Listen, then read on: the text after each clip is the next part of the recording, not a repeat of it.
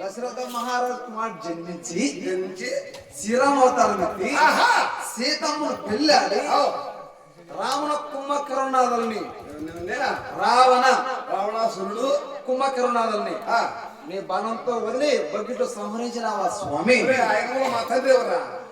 దశరథ మహారాజు ఎంతమంది భార్యలు?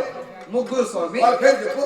కౌసల్య, సుమిత్ర, కైకే స్వామి. కుమారులు ఎంతమంది? ఆయుగములు నలుగురు స్వామి. వాళ్ళ పేరు చెప్పరా? రావణ అంటే నువ్వే స్వామి. లక్ష్మణ, భరత, శత్రుఘ్నుడు స్వామి. దశరథ మహారాజు మనవాళ్ళు ఎంతమంది? మనవాళ్ళు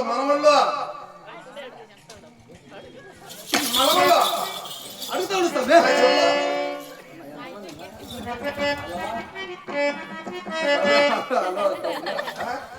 ఇద్దరు స్వామి. వాళ్ళ పేరు చెప్పరా? లవణ కుశ. శబాసరా. సీతాదేవిని అరణ్య మార్గం చూసుకున్నప్పుడు ఆ సీతాదేవిని అపహరించిన రావణాసుడు స్వామి. రావణుడు చెల్లెవరా? సూర్పణఖ. రావణుడు కుమారులు ఇద్దరు స్వామి. వాళ్ళ పేరు చెప్పరా?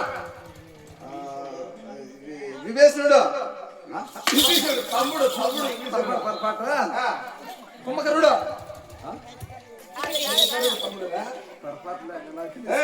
తమ్ముడు చెప్పు. కొడుకులు మేఘనాథుడు.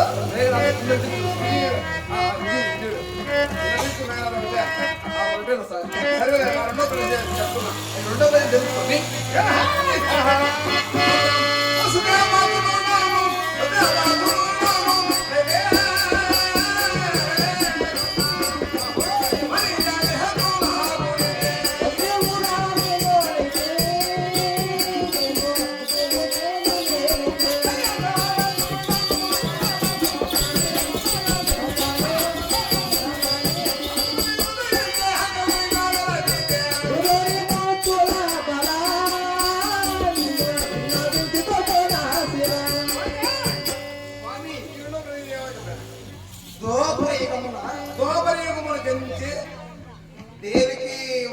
జన్మించి శ్రీకృష్ణ అవతారం ఎత్తి 16,000 మంది గొల్లబాబు సరసములాడి నీ మేమ కాలకంసుని కాలంగా మడిగిలో అవలేగా దిగదెక్కిన స్వామి. ఆ ఎవరో సాకిన తండ్రి ఎవరా? యశోదమ్మ. సాకిన తండ్రి నందుడు భార్య ఎవరు? యశోదమ్మ స్వామి. యశోదమ్మ. 16,000 మంది గోపికలు అన్నావు. నాకు ఇష్టమైన గోపిక ఎవరా? రాధా. శబాస మహామంత్రి. నా రెండో ప్రశ్న బహు చక్కగా చెప్పినావు. నువ్వు మూడవ తరం తెలుసు స్వామి. ఏమి నీ కోరిక? మూడవ తరం తెలుసు స్వామి. మూడవ తరం.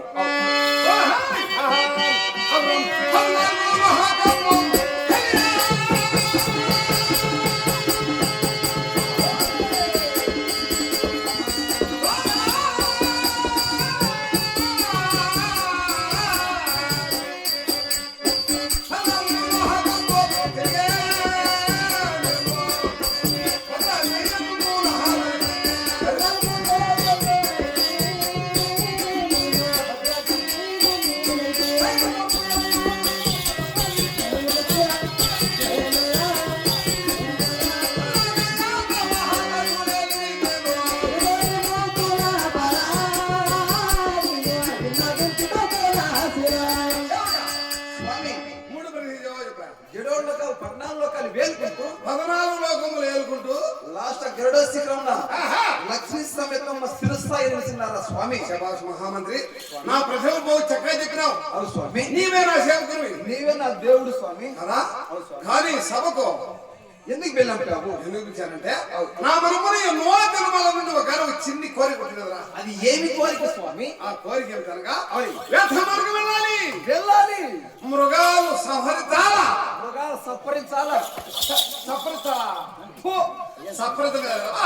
నా ప్రాణంతో మృగాలు సంహరించాలా. తిరిగి మళ్ళా రావాలని కోరిక. నాకు భార్య లక్ష్మి కదా. నా భార్యకు మాట చెప్పి ఆశీర్వాదం సనకాడిలో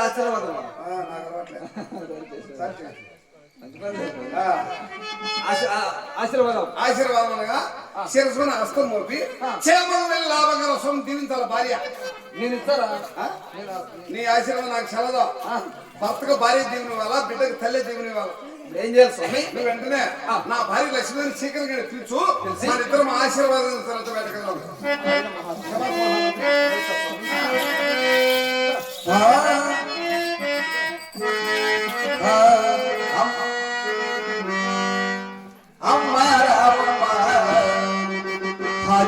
లక్ష్మీదేవమ్మ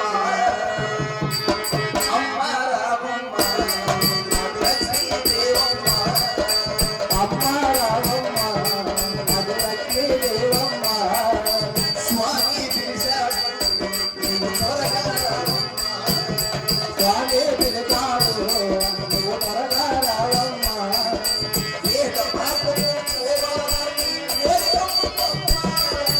అమ్మ రావమ్మ అది లక్ష్మీదేవమ్మ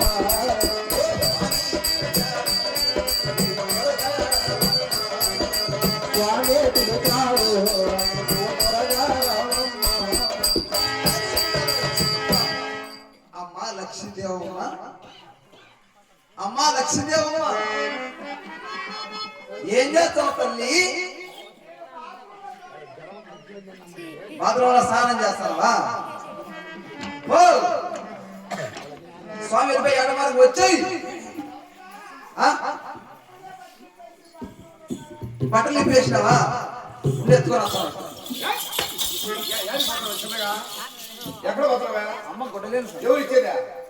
నేనే కూడా ఒరేయ్, అక్కడ కొన్ని వేల మంది దాదులు వేలదాదులు పరిచారులు వెళ్తారు బట్టలు దూరం దగ్గర నీకే పని నాకు లోపలికి నీకు మళ్ళీ కుళ్ళు నీకే కుళ్ళ సలం చేస్తాడు తొంగి పిలిచేసరికి తరిగి కాయలు చూస్తావు బాత్రూమ్ తొంగి అలవాటు నీవా నీకు మళ్ళీ కుళ్ళు సార్ నాకు కుళ్ళు కాదు, నువ్వు ఇంటి చెప్పి లోపల అడిగి పెట్టాడు కాయలు పెట్టేస్తాను నీకు నీకు చెప్పారు సార్ ఇంటి చూద్దాం. మా లక్ష్మీదేవమ్మ గుడ్డలు మళ్ళీ కట్టుకుని వచ్చే పిల్లలు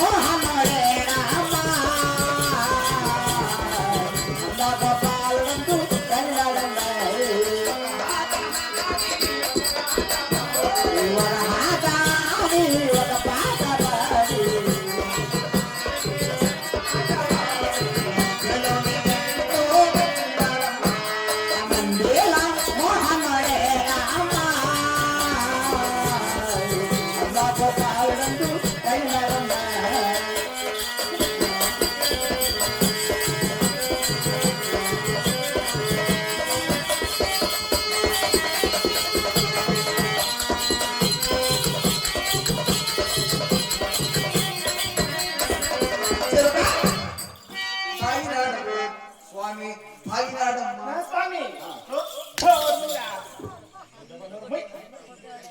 నా సార్ అవుతారా ఏమ్మా స్వామి దగ్గర మందు సుమారు మనం 3 కోటలు తాగినాడే నోడు పోయి